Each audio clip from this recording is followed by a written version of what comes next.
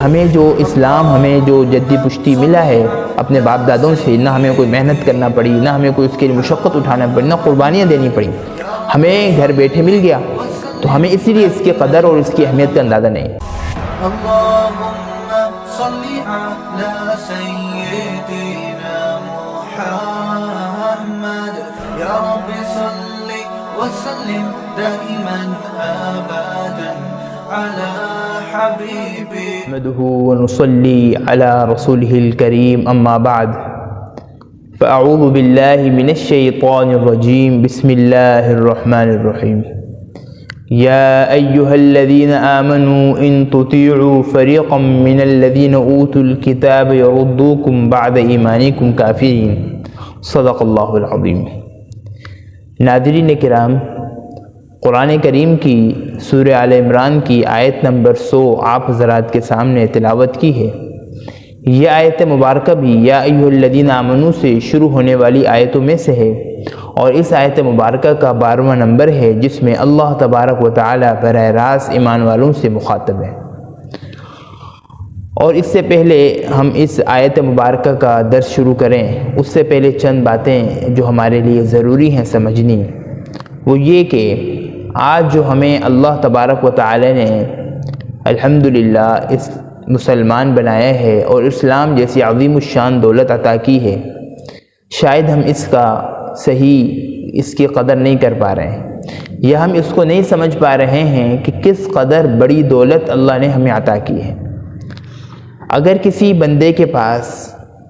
انسان کے پاس ایمان اسلام نہ ہو، کافر ہے، قرآن کریم کے مطالعے سے آپ کو پتہ چل جائے گا کہ جس کو اللہ نے ارشاد فرمایا کہ یہ تو چوپائے ہیں، مویشی ہیں، ان کو کیا ان کی زندگی ہے، اور اس کے پاس دنیا جہاں کی دولت اور ایمان نہ ہو، تو فرمایا بد نصیب ہے، بے عقل ہے، بے وقوف ہے، کوئی اس کا فائدہ نہیں۔ اور اگر کسی بندے کے پاس دنیا کی 1 ٹکا نہ ہو دنیا کا، لیکن اس کے بعد ایمان ہے، اسلام ہے، اور اس کے ساتھ اس دنیا سے جاتا ہے، عقل مند ہے، خوش نصیب ہے، بہت ہی اعلیٰ درجے کے اس میں درجے میں فائز ہے۔ تو ہمیں اس اسلام کی قدر نہیں ہے جو ہونی چاہیے۔ آج کی انشاءاللہ اس ویڈیو میں ہمیں پتہ چلے گا کہ ہمیں اللہ تبارک و تعالی نے کس قدر بڑی دولت سے نوازا ہے، اور اس کی آنے والی اگلی ویڈیو میں انشاءاللہ آیت نمبر 102 کے اندر، جس میں اللہ تبارک و تعالی ایمان والوں سے مخاطب ہیں، اس سے بھی ہمیں بہت زیادہ اندازہ ہوگا کہ ہمیں جو اسلام ہمیں جو جدی پشتی ملا ہے اپنے باپ دادوں سے، نہ ہمیں کوئی محنت کرنا پڑی، نہ ہمیں کوئی اس کے لیے مشقت اٹھانا پڑی، نہ قربانیاں دینی پڑی، ہمیں گھر بیٹھے مل گیا، تو ہمیں اسی لیے اس کی قدر اور اس کی اہمیت کا اندازہ نہیں۔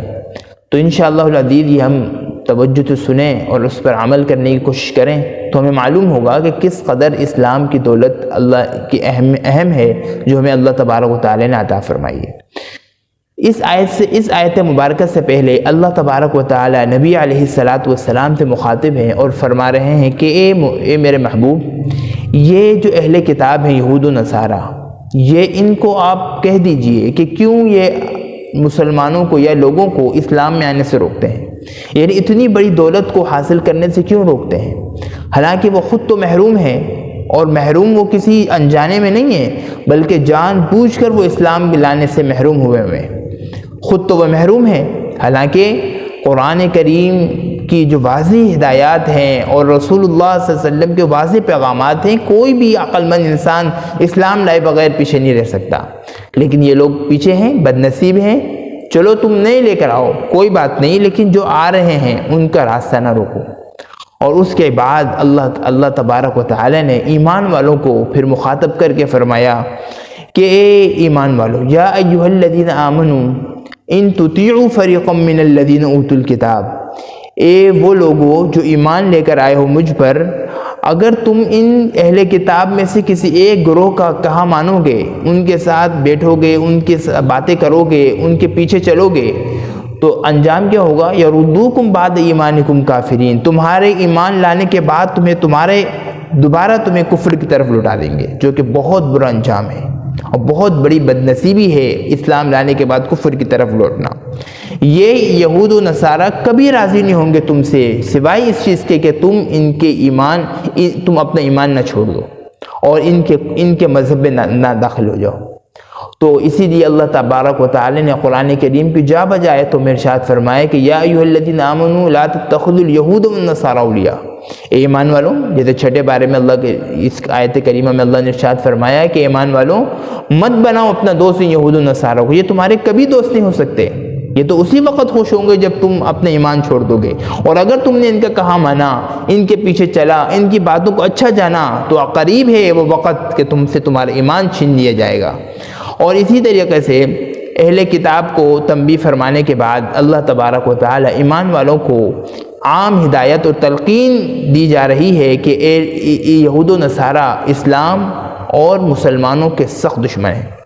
اور ہمیشہ اس کوشش میں لگے رہتے ہیں کہ مسلمانوں کو دین اسلام سے پھیر کر کفر اور شرک کی طرف لے جائیں۔ لہذا اگر مسلمان یہود و نصارہ کے صحبت اختیار کریں گے اور ان کے کہے پہ چلیں گے، ان کی باتیں مانیں گے، تو رفتہ رفتہ ان کی خباثت اور ان کی شیطنت ان مسلمانوں کے اندر بھی آ جائے گی، اور پھر آخری درجہ کفر کا ہے جو عنقریب وہ حاصل کرنے میں کوئی جھجک اور شرم محسوس نہیں کریں گے۔ تو اسی لیے یہاں اس آیت مبارکہ میں مسلمانوں سے یہی اللہ تعالی ارشاد فرما رہے ہیں کہ تم نہ تو یہود و نصارہ کے ساتھ اپنا بیٹھنا اٹھنا کرو، اور نہ ان کے ساتھ زیادہ ملنا جلنا کرو، نہ ان کو اپنا دوست بناؤ کہ رفتہ رفتہ کہیں ایسا نہ ہو کہ تم ایمان کی روشنی سے نکل کر کفر کے اندھیرے میں چلے جاؤ، جو کہ ایک بہت خطرناک انجام ہے، بہت برا ٹھکانہ ہے۔ اللہ ہم سب کی اس سے عبادت فرمائے، اور ہمیں ہدایت اور تعلیم، قرآن کریم کی تعلیم اور ہدایت کو سوچنے اور سمجھنے کی توفیق عطا فرمائے۔ یہود و نصرانیت سے پوری طرح نفرت ہمیں عطا فرمائے اللہ، اور ان سے ہمیں ان کی شرارتوں سے ہماری حفاظت فرما، اور ان کی باتوں سے، ان کے تعلقات سے، ان کے اتباع سے اور ان کی موافقت سے ہر طرح سے بچنے کی ہمیں توفیق عطا فرما۔ اب یہاں پر ایک بات ہم اور سمجھ لیں کہ یہاں جو اہل ایمان کو خطاب کر کے فرمایا گیا کہ تم اہل کتاب میں سے کسی کا کہا نہ مانو، وہ لوگ تمہارے ایمان لانے کے بعد تمہارے دوبارہ کافر بنا دیں گے۔ اب بہت سے لوگ کہتے ہیں کہ ہم تو کافر نہیں بنیں گے، ہم تو مسلمان ہیں۔ حالانکہ ایک کفر تو یہ ہے کہ اعتقاداً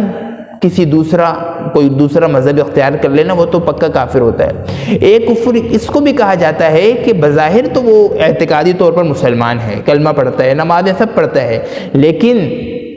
سمجھتا یہ ہے دل سے کہ وہ لوگ صحیح ہیں، یا ان کی پیچھے چلنے کو اپنا فخر محسوس کرتا ہے، تو فرمایا کہ یہ عملی طور پر کافر ہے، ان کی باتیں مانتا ہے، ان کی چیزیں اپناتا ہے، تو یہ اعتقادی کافر نہیں کہلائیں گے بلکہ یہ عملی کافر کہلائے گا، جو کہ اس آیت میں اس سے بھی منع فرمائے۔ اسی لیے بہت سے اعمال میں صحابہ کرام رضی اللہ تعالی عنہ کے دور میں بھی بہت سے ایسے عمل جو اسلام نے اس کو پسند نہیں کی، اس کو کافروں والا عمل بنا ہے، حالانکہ کافر نہیں تھے لیکن کافروں والا عمل بتایا کہ یہ تم کام کر رہے ہو تو کافروں والا عمل ہے۔ تو اس لیے ہم اس چیزوں کو دیکھیں کہ ایک طرف اب ہم غور کریں کہ امت مسلمہ کی اس صلاح و فلاح دارین کے لیے ایک طرف اللہ جل جلالہ اور اس کے رسول اللہ صلی اللہ علیہ وسلم کی ہدایت ہوں، اور دوسری طرف اس کے مقابل ہمارا جو طرز عمل ہے وہ بھی علم نشرہ ہے۔ کتنا واضح ہے کہ ہم خود دیکھ لیں کہ ہمارا طرز عمل کیا ہے، کس طرح ہماری پوری قوم یہود و نصارہ کی نقال بن چکی ہے، انہی کو اپنانا، انہی کی چیزوں کو فالو کرنا، حالانکہ کتنا بڑا ذخیرہ زندگی گزارنے کا، جس میں دنیا میں بھی کامیابی، آخرت میں بھی کامیابی ہمارے پاس قرآن کریم کی شکل میں موجود ہے۔ اور اسی لیے سامعین محترم، قرآن کریم کی ان آیتوں کا ہمارا درس کا سلسلہ چل رہا ہے، جس میں یا ایھا الذین آمنوا ہی کا خطاب ہے، جس میں براہ راست اللہ تعالیٰ ایمان والوں سے مخاطب ہے۔ اور اللہ تعالیٰ جب کسی سے، کیا ویسے بھی ایک جرنلی بات ہے، ہم کسی سے بھی اگر اس کو نام لے کر مخاطب ہوں تو اسی کے فائدے کی کوئی بات ہوتی ہے، اسی سے بری چیز سے بچنے کی ہماری بچانے کی کوشش ہوتی ہے۔ تو اس آیت مبارکہ میں اللہ تبارک و تعالیٰ نے ایمان والوں کو کافروں کے ساتھ تعلق بنانے سے منع فرمائے، کہیں ایسا نہ ہو